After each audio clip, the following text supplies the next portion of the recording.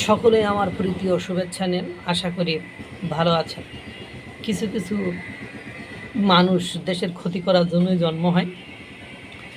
তার মধ্যে ভারতের ওয়াংচুক, সোনাম ওয়াংচুক এই বেটা খুব বেশি সুবিধাজনক নয়। ভারতের মতো একটা গণতান্ত্রিক রাষ্ট্রে ভারতের দ্বিতীয় স্বাধীনতা আন্দোলনের ডাক দিলেন সোনাম ওয়াংচুক। কীভাবে করলেন এই কাজ?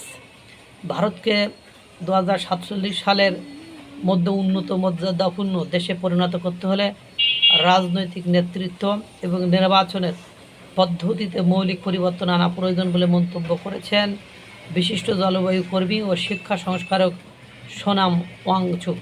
এ লক্ষ্যে দেশে এক শান্তিপূর্ণ বিপ্লবের আহ্বান জানিয়েছেন তিনি। বৃহস্পতিবার ভারতের স্বাধীনতা দিবসকে সামনে রেখে প্রকাশিত এক ভিডিও বার্তায় ওয়াংচুক ভারতের দ্বিতীয় স্বাধীনতা আন্দোলনের ডাক দেন।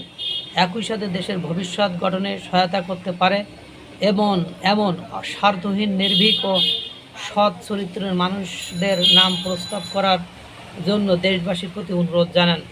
ভিডিও বার্তায় লাদাখের এই কর্মী জানান, তিনি বিগত কয়েকদিন ধরে অসুস্থ ছিলেন এবং এ সময় ভারতের অগ্রগতি ও ভবিষ্যৎ নিয়ে চিন্তা করেছেন। মাথাপিছু জিডিপির দিক থেকে থাইল্যান্ড, মালয়েশিয়া, ইন্দোনেশিয়া, শ্রীলঙ্কা, বাংলাদেশের মতো প্রতিবেশী দেশগুলোর উদাহরণ টেনে তিনি বলেন, 50 বছর আগে যে প্রতিবেশী দেশগুলো আমাদের সমপ্রায় ছিল তারা আমাদের চেয়ে অনেক দূরে এগিয়ে গেছে।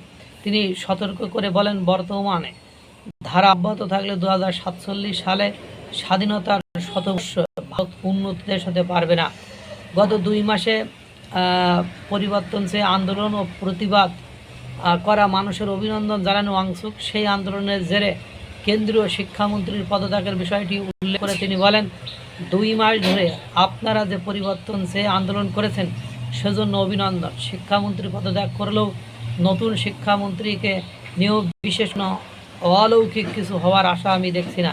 দেশের শিক্ষা ব্যবস্থা পিছিয়ে থাকলে ভবিষ্যতও পিছিয়ে থাকবে বলে সতর্ক করেন তিনি বলেন, সুশাসনের এই সমস্যা কেবল কোনো নির্দিষ্ট রাজনৈতিক দলের নয়, দিল্লি এবং বিভিন্ন রাজ্য সরকারের উদাহরণ টেনে তিনি বলেন, দলমত নির্বিশেষে ক্ষমতাসীনরা সবসময় অবিচারের বিরুদ্ধে ওটা কণ্ঠকে দমিয়ে রেখেছে।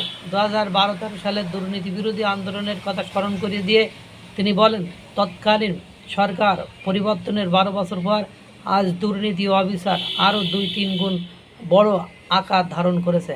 ভারতের ভবিষ্যৎ গড়ার জন্য নেতৃত্ব ও নির্বাচনের পদ্ধতি পরিবর্তনের উপর জোর দিয়ে এক শান্তিপূর্ণ বিপ্লবের প্রয়োজনীয়তার কথা বলেন সোনাম ওয়াংচুক। ভারতের আইন প্রণেতাদের বিরুদ্ধে থাকা অপরাধমূলক মামলার তথ্য তুলে ধরে তিনি বলেন, আমাদের দিকে তাকালে দেখা যায় বর্তমান সংসদ সদস্যদের প্রায় অর্ধেকেরই অপরাধের অভিযুক্ত। এর মধ্যে 1/3 বিরুদ্ধে খুন, ধর্ষণ ও অপহরণের মতো গুরুতর অভিযোগ রয়েছে। এমন পরিস্থিতিতে একটি দেশ কিভাবে উন্নত হতে পারে?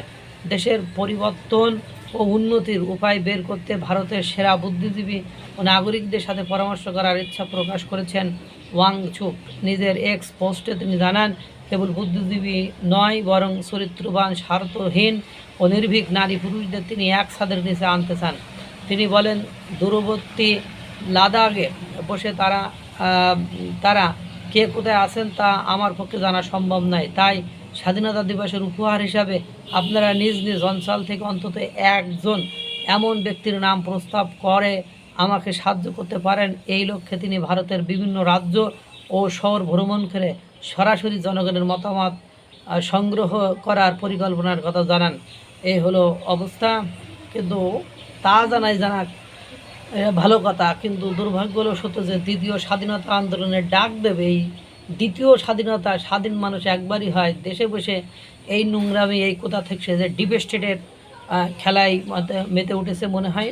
এর বিষয়ে ভারত সরকারকে সতর্ক থাকতে হবে, নতুবা এ ঝুটঝামেলা করতে পারে।